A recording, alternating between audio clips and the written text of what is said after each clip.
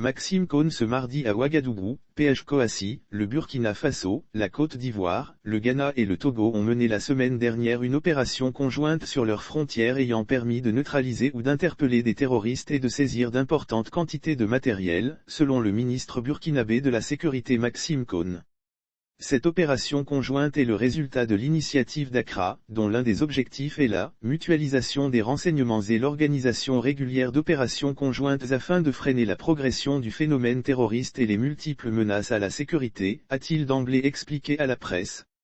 C'est ainsi qu'après 3 précédentes opérations, une 4e baptisée, Koundalgou, a eu lieu, dans les zones qui font face à l'émergence des groupes armés terroristes tels que Boko Haram, le groupe de soutien à l'islam et aux musulmans, l'État islamique au Grand Sahara et l'intensification des attaques meurtrières dans certains pays de notre espace communautaire.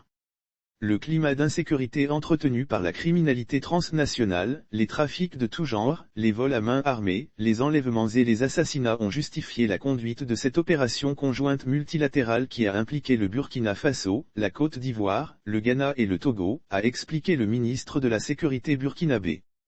Ainsi, durant 5 jours d'opération, 5728 éléments ont été déployés sur le terrain avec 881 engins roulants et 6 vecteurs aériens.